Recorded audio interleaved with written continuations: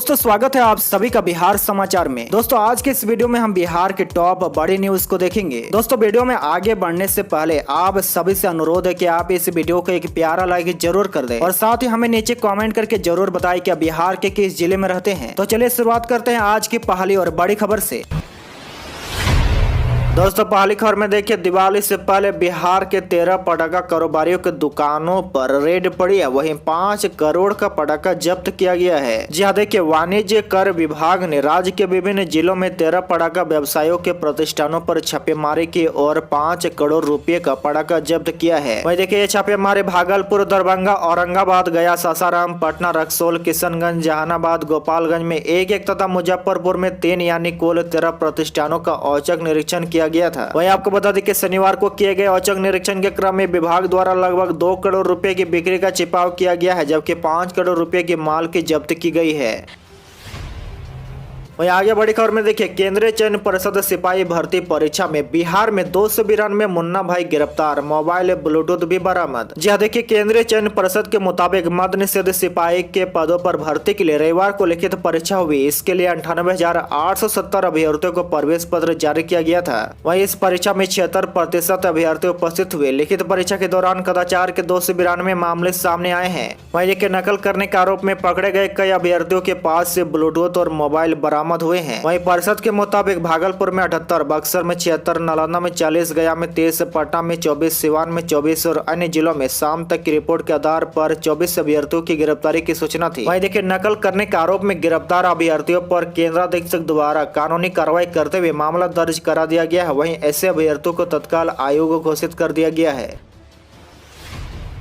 बड़ी खबर में देखिए, बिहार में डेंगू ने 6 साल का तोड़ा रिकॉर्ड। 21 से 30 साल के सबसे अधिक मरीज, 10 साल तक के बच्चे भी अनसेफ। जी देखिए पटना में डेंगू का सबसे बड़ा खतरा 21 से 30 साल वालों में है, वहीं 51 से 60 साल वालों में खतरा काफी कम है। वहीं देखिए ये खुलासा पटना के शहरी इलाकों में संक्रमण के सरकारी आंकड़ों से हुआ है। नवजात से लेकर 51 साल तक के लोगों में संक्रमण की रफ्तार तेज पाई गई है। वहीं देखिए इसमें सबसे पहले नंबर पर 21 से 30 साल वाले हैं, वहीं दूसरे नंबर पर 11 से 12 वर्ष के बच्चे हैं। इसके अलावा 21 से 40 वर्ष के लोग संक्रमण में तीसरे स्थान पर है। साथ ही देखिए आपको बता दें कि पटना में डेंगू की रफ्तार तेज होते ही 2696 तक पहुंच गई है, जिसमें 65.39% पुरुष और 34.6% महिलाएं शामिल है। और साथ ही देखिए डेंगू ने पिछले 6 साल का रिकॉर्ड तोड़ दिया है। वर्ष 2016 में मात्र 845 को डेंगू हुआ था, लेकिन 2022 में आंकड़ा 3 गुना से अधिक 2500 हो गया है। वहीं डेंगू के बढ़ते मामलों को लेकर स्वास्थ्य विभाग ने भी राज्य में अलर्ट जारी कर दिया है।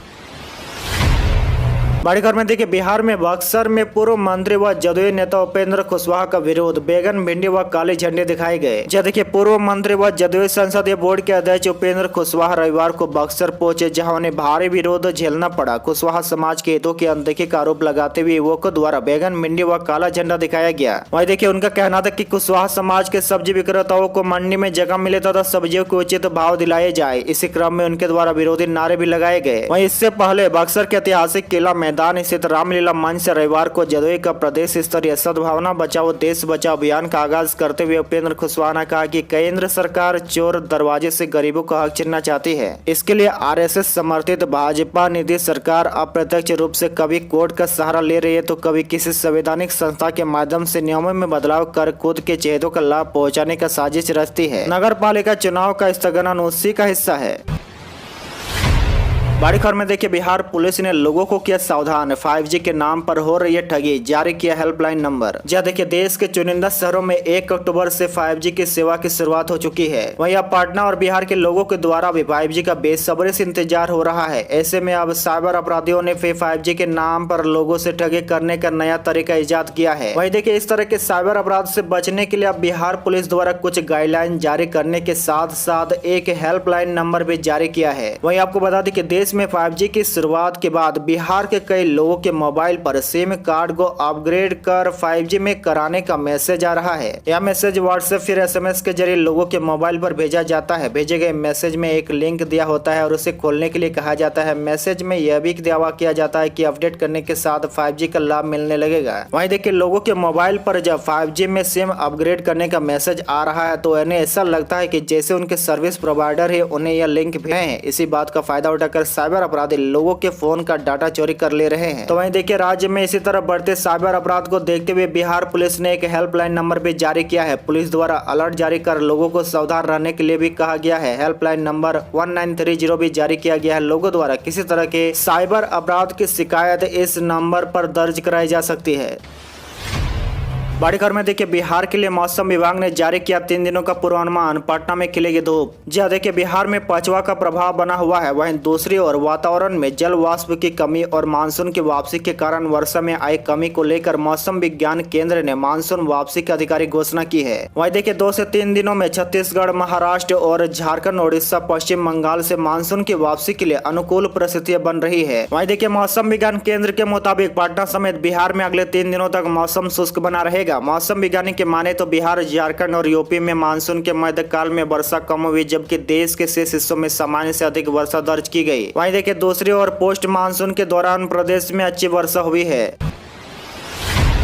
बड़ी खबर में देखिए मैट्रिक और इंटर का परीक्षा फॉर्म अब 20 अक्टूबर तक भरे जाएंगे। जहाँ देखिए बिहार बोर्ड ने मैट्रिक और इंटर 2023 के परीक्षा फॉर्म भरने की तिथि एक बार और बढ़ा दी है। अब छात्र 20 अक्टूबर तक ऑनलाइन परीक्षा फॉर्म भर सकते हैं। इसके लिए छात्रों को विलम्ब शुल्क देने होंगे। विलम्ब शुल्क के तौर पर 150 रुपए देने होंगे। वहीं बिहार बोर्ड ने उन छात्रों को रजिस्ट्रेशन की सुविधा दी है जिन्होंने अभी तक बोर्ड परीक्षा के लिए ऑनलाइन रजिस्ट्रेशन नहीं किया है। ऐसे छात्र 20 अक्टूबर तक रजिस्ट्रेशन कर सकते हैं। वहीं जिन छात्रों ने ऑनलाइन रजिस्ट्रेशन करवा लिया है वे अपने रजिस्ट्रेशन के ऑनलाइन त्रुटि सुधार कर सकते हैं। बड़ी खबर में देखिए बिहार में इंजीनियर बनने का सपना देख रहे युवाओं के लिए एक और मौका। जहाँ देखिए बड़ी खबर है बिहार के सरकारी व निजी इंजीनियरिंग कॉलेजों में बीटेक में खाली बचे सीटों पर नामांकन के लिए मॉपअप काउंसलिंग का आयोजन किया जाएगा। अभी 7,000 सीटें खाली है। इन सीटों को भरने के लिए फिर से मौका दिया गया है। आपको बता दें कि राज्य में करीब 12,000 सीटें हैं। अब तक इंजीनियरिंग कॉलेजों में दाखिला फॉर्म भरने से वंचित छात्र भी एडमिशन के लिए फ्रेश से पंजीयन करवा सकते हैं। जेईई मेन 2022 में शामिल अभ्यर्थी एडमिशन के लिए इस राउंड में हिस्सा सकेंगे। वहीं आपको बता दें कि मॉपअप काउंसलिंग के लिए शनिवार को शेड्यूल जारी कर दिया गया है। वहीं पंजीयन 18 अक्टूबर से शुरू हो चुका है। वहीं ऑफलाइन काउंसलिंग 2 नवंबर से शुरू होगी।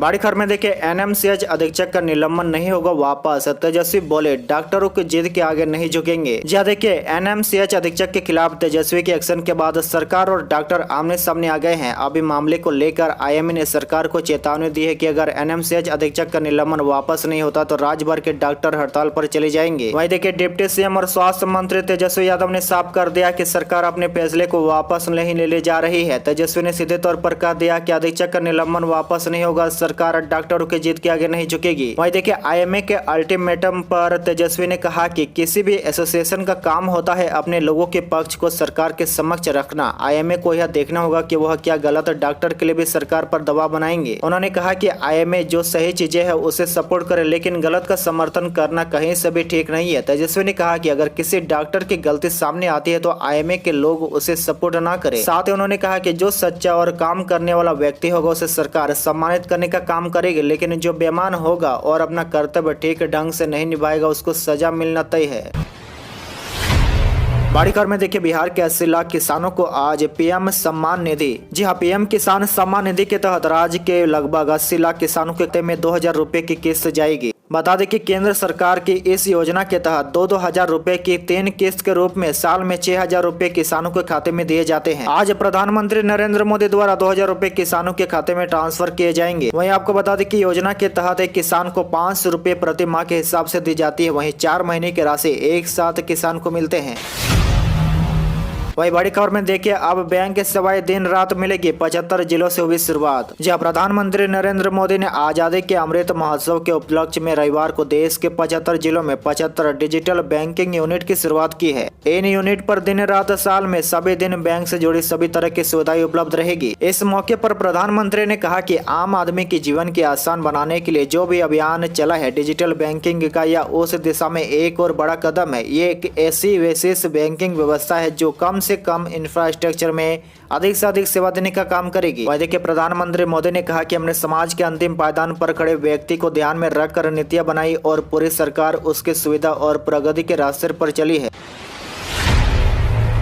बड़ी खबर में देखिए, जज बनकर आईपीएस की पैरवी करने में 4 गिरफ्तार। जी देखिए, हाई कोर्ट के मुख्य न्यायाधीश के नाम पर आईपीएस अफसर आदित्य कुमार के लिए डीजीपी एसके सिंघल पर दबाव बनाने के मामले में सनसनीखेज खुलासा हुआ है। वहीं देखिए, ईओयू ने इस मामले में बड़ी कार्रवाई करते हुए मुख्य अभियुक्त अभिषेक भूपालक उर्फ अभिषेक अग्रवाल समेत साजिश में शामिल 4 जालसाजों को गिरफ्तार कर लिया है। आपको बता दें कि आदित्य कुमार जब गया के एसएसपी थे तब फतेहपुर थाना द्वारा शराब की एक खेप पकड़ी गई थी। हालांकि थानेदार से शराब और उसके साथ पकड़े गए तस्कर को छोड़ दिया गया था। तत्कालीन रेंज आईजी अमित लोढ़ा ने एसएसपी को थाने पर कार्रवाई का आदेश दिया। जब एसएसपी ने थानेदार को चेतावनी भर दी, बाद में इस मामले की जांच हुई तो शराब माफियाओं के साथ थानेदार की संलिप्तता और पूरे प्रकरण में अमित लोढ़ा की भूमिका भी संदिग्ध पाई गई। वहीं जांच रिपोर्ट के बाद उन पर गया के फतेहपुर थाना में प्राथमिकी दर्ज हुई। जालसाज अभिषेक डीजीपी एसके सिंघल को फोन कर इसी केस को रफा दफा करने का दबाव बनाता था। जांच के दौरान आईपीएस आदित्य कुमार के खिलाफ ईओ को पुख्ता साक्ष्य हाथ लगे हैं। वह फोन पर लगातार अभिषेक के संपर्क में थे। बड़ी खबर में देखिए, आईआईटी कानपुर में जूनियर असिस्टेंट के 119 पदों पर निकली है वैकेंसी। 9 नवंबर तक करे आवेदन। जी देखिए, आईआईटी कानपुर ने जूनियर असिस्टेंट के पदों पर वैकेंसी निकाली है। संस्थान ने कुल 119 पदों पर नियुक्ति करने जा रहा है। ऐसे में जो उम्मीदवार इन पदों के लिए अप्लाई करना चाहते हैं और योग्य है वे आवेदन कर सकते हैं। अप्लाई करने के लिए उम्मीदवारों को आधिकारिक वेबसाइट iitk.ac.in पर जाकर लॉगिन करना होगा। उम्मीदवार ध्यान दें कि इन पदों पर आवेदन करने की अंतिम तिथि 9 नवंबर 2022 है। वहीं देखिए, आईआईटी कानपुर की ओर से जारी सूचना के अनुसार इन पदों के लिए आवेदन करने वाले उम्मीदवारों की ग्रेजुएशन की डिग्री होने के साथ साथ कंप्यूटर नॉलेज होने जरूरी है। साथ ही उम्र 21 से 30 साल के बीच होनी चाहिए। घर में देखिए, बिहार में 1 नवंबर से शुरू होगी धान की खरीदी। वही जाने इस बार कितना एमएसपी मिलेगा। जी देखिए, बिहार के किसान भाइयों के लिए एक बड़ी खबर सामने आई है। दरअसल इस बार बिहार सरकार प्रदेश में अगले माह यानी नवंबर से धान की खरीदी शुरू कर देगा। वही देखिए, सरकार ने इसकी तैयारी राज्य भर में अभी से शुरू कर दी है। जानकारी के मुताबिक इस बार नीतीश सरकार ने 45 लाख टन धान खरीदने का लक्ष्य रखा है। साथ ही आपको बता दें कि राज्य सरकार की ओर से जारी जानकारी के मुताबिक अगले माह यानी नवंबर की 1 तारीख से उत्तर और दक्षिण बिहार में धान की खरीदी शुरू की जाएगी। वहीं देखिए, खरीफ सत्र 2022-23 में ए ग्रेड धान का न्यूनतम समर्थन मूल्य 2060 रुपए और साधारण धान के लिए एमएसपी 2040 रुपए प्रति क्विंटल निर्धारित किया गया है। वहीं देखिए, इस साल भी पिछले वर्ष की तरह 45 लाख मीट्रिक टन धान और 20 लाख मीट्रिक टन चावल खरीद का लक्ष्य रखा गया है। वहीं देखिए, इस बार 31 मार्च 2023 तक धान की खरीदी जारी रहेगी। इस अवधि में किसान अपने क्षेत्र के निर्धारित केंद्रों पर धान की बिक्री कर सकते हैं। आज के लिए बस इतना ही। इसी तरह बिहार के डेली न्यूज देखने के लिए आप हमारे चैनल को जरूर सब्सक्राइब करें।